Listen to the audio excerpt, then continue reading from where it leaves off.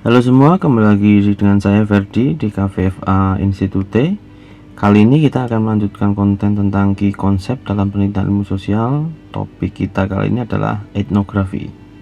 Saya rasa kalian sudah sering dengar etnografi ya. Jika kalian sudah paham tentang konsep ini, mungkin kalian bisa skip saja ke konten yang lain. Nah, sebenarnya apa sih etnografi? Bagaimana cara menggunakan etnografi dalam penelitian? Yuk kita bahas bersama.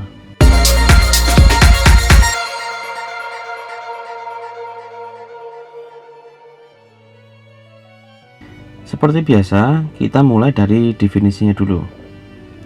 Jadi, etnografi intinya adalah produksi catatan mendalam tentang lingkungan sosial atau orang-orang di dalam suatu komunitas.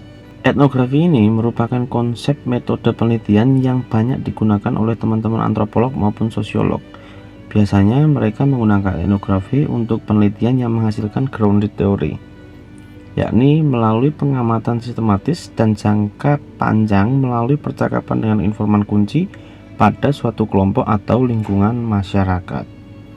Kalau menurut sejarahnya, etnografi mulai ada sejak abad ke-20. Metode ini digunakan antropolog untuk mempelajari masyarakat secara langsung, mendokumentasikan kehidupan mereka, dan membuat catatan deskriptif fenomena yang terjadi selama peneliti berada di lokasi penelitian. Tokoh-tokoh yang terkenal dengan konsep ini seperti Malinowski, Franz Boas, dan sebagainya. Hanya saja, jika kalian ingin melakukan penelitian dengan etnografi ini, kalian perlu hidup langsung dengan masyarakat yang kalian jadikan objek. Kalian harus menjadi bagian dalam sosial masyarakat tempat kalian melakukan penelitian. Nah, kenapa harus demikian? Jadi etnografi itu sama halnya dengan participant observation, atau sederhananya masuk dan terlibat dalam masyarakat yang diteliti. Biasanya para etnografer juga menggunakan wawancara panjang dengan informan, mengajukan pertanyaan-pertanyaan yang sekiranya menjawab pertanyaan penelitian, hingga mendokumentasikan latar belakang situasi dan kondisi masyarakat sesuai pengamatan peneliti saat hidup bersama mereka. Tapi konsep penelitian etnografi juga memiliki beberapa kendala yang sering ditemui peneliti.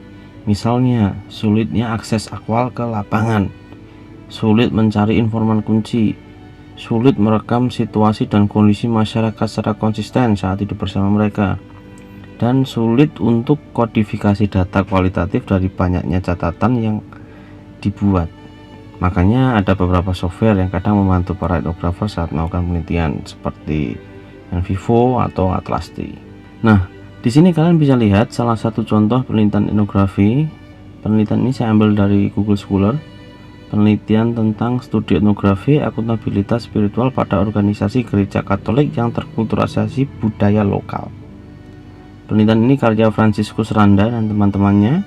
Randa dan kawan-kawannya ini ingin melihat fenomena suatu kelompok sosial yang ada di gereja Katolik.